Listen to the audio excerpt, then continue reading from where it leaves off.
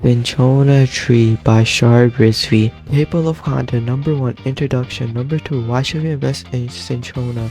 Number 3. Biological characteristic. Number 4. Ecology and where it grows. Number 5. Medical benefits and indigenous knowledge.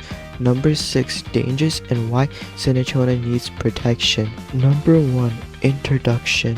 In this presentation, we'll explore the Cinchona tree and the importance in medicine and science. We'll cover why investing in this plant is valuable for future medical research, the biological features that make Cinchona unique, the ecology of the tree and where it naturally grows, its medical use and the traditional indigenous knowledge connected to it, the current threats facing the Cinchona tree and why it needs protection. Number 2. Why should we invest in Cinchona? The Cinchona tree is a small to medium-sized tree that grows in Andes Mountains in South Africa. It's most famous for its bark, which contains a natural chemical called the quine. This chemical has been used for hundreds of years to treat malaria, a serious disease caused by parasites that enter the human bloodstream through mosquito bites.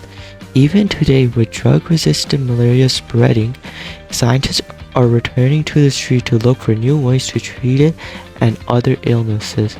Researching cinchona is important for both modern medicine and traditional knowledge.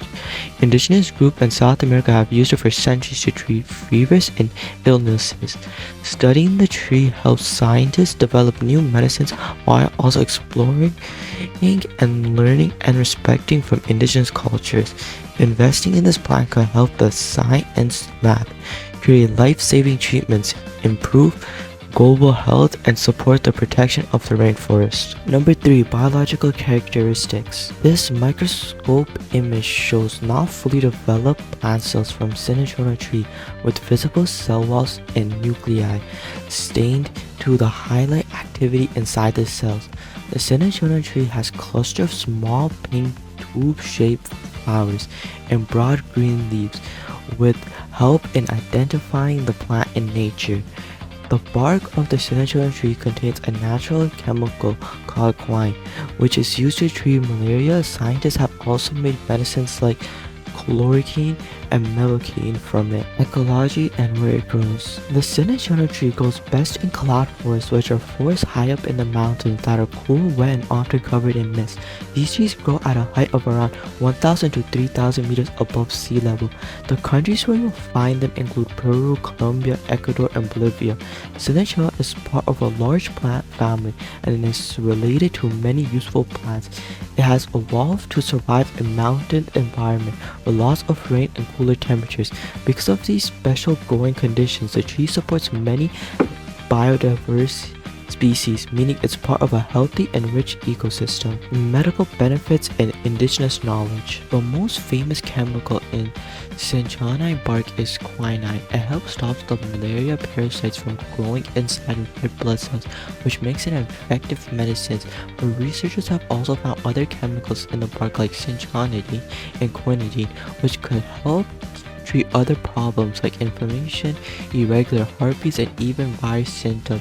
Cinchona helps several body systems. For example, it supports the circulatory systems by treating heart rhythm problems. It also uses the muscular system to stop leg cramps, but it can reduce fever and swelling. It helps the immune systems as well.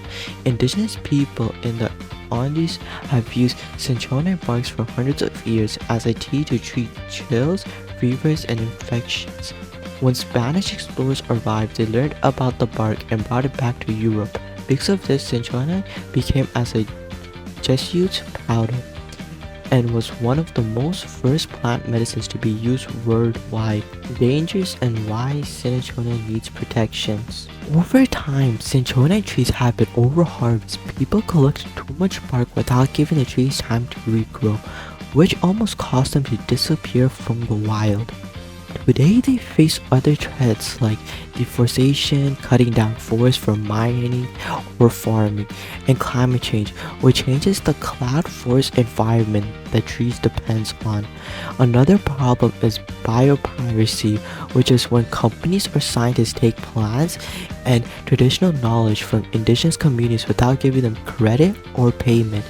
If we want to protect Cinchona, we need to grow it in a safe place, share benefits with local communities, and respect indigenous knowledge. Bibliography. These are the sources I use for this project. Final pitch idea. Investing in Cinchona means connecting traditional indigenous knowledge with modern science. This tree gives the world one of the first real cures for diseases and still has the potential to help treat illnesses today. With its natural healing chemical, its role in the rainforest ecosystem, and its use in current medical research, cinchona is a plant that deserves to be studied and protected. It should be an important part of the science lab search for new plant-based medicine.